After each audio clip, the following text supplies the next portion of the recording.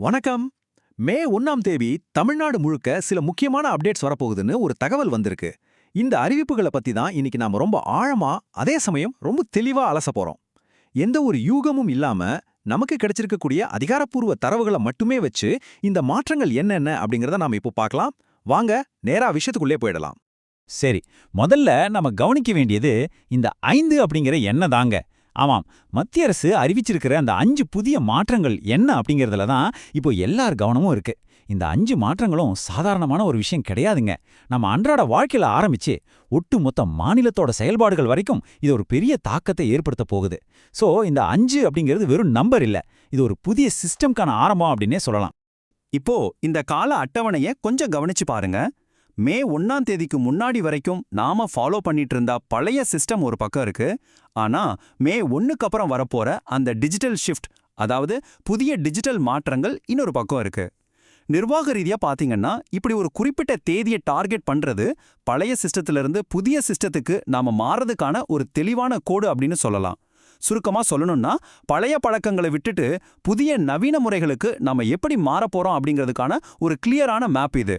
சரி, அந்த அதிகாரப்பூர்வ அறிவிப்புல எக்ஸாக்ட்டா என்ன சொல்லியிருக்காங்கன்னு பாப்போமா? மே 1 முதல் தமிழகம் முழுவதும் வரப்போகும் 5 புதிய மாற்றங்கள் மத்திய அரசு அறிவிப்பு. இதுதாங்க நமக்கு கிடைச்சிருக்கக்கூடிய முக்கியமான சோர்ஸ். இதுல நீங்க ரொம்ப உன்னிப்பா கவனிக்க வேண்டிய வார்த்தைகள் தமிழகம் முழுவதும், அப்புறம் மத்திய அரசு அறிவிப்பு. இது ஏதோ ஒரு குறிப்பிட்ட மாவட்டத்துக்கானது மட்டும் இல்ல, தமிழ்நாடு முழுக்க இருக்கிற ஒவ்வொருத்தரையும் போய் சேரப்போற ஒரு திட்டம் அப்படிங்கறத இந்த வாசகம் ரொம்ப ஸ்ட்ராங்கா கன்ஃபார்ம் பண்ணுது. இப்போ இதுல உண்மையிலேயே ரொம்ப சுவாரஸ்யமான விஷயம் என்னன்னு கேக்குறீங்களா? நமக்கு கிடைச்சிருக்கக்கூடிய அந்த தரவுகள் எல்லாமே இந்த 2 குறிப்பிட்ட விஷயங்கள் மேல தான் அதோட முழு கவனத்தையும் வச்சிருக்கு. ஒரு பக்கம் கிரெடிட் கார்டு சம்பந்தப்பட்ட விஷயங்கள், இன்னொரு பக்கம் ஆன்லைன் சிஸ்டம்ஸ். இதுல இருந்து என்ன தெரியுது? வரப்போற இந்த புதிய மாற்றங்கள் எல்லாமே பெரும்பாலும் பேப்பர் இல்லாத டிஜிட்டல் டிரான்சாக்ஷன்ஸை மையமா வச்சு தான் இருக்க போகுது. அதாவது பாரம்பரிய முறைகள்ல இருந்து நம்ம கம்ப்ளீட்டா ஒரு டெக்னாலஜி சார்ந்த உலகத்துக்குள்ள அடியெடுத்து வைக்கிறோம். இது வெறும் பணப்பரிமாற்றம் மட்டும் இல்லைங்க, நாம சேவைகளை வாங்குற விதத்தையே டோட்டலா மாத்த போற ஒரு பெரிய விஷயம். இதுவரைக்கும் நாம பார்த்ததை வச்சு ஒரு தெளிவான முடிவுக்கு வரணும்னா இந்த பாயிண்ட்ஸை மட்டும் கொஞ்சம் கவனிங்க. எந்த ஒரு தேவையில்லாத யூகமும் இல்லாம இதுதான் ஃபேக்ட்ஸ். எப்போ அமலுக்கு வருது? மே 1. எங்கே? நம்ம தமிழ்நாட்டுல. யார் இதை அறிவிச்சிருக்காங்க? மத்திய அரசு.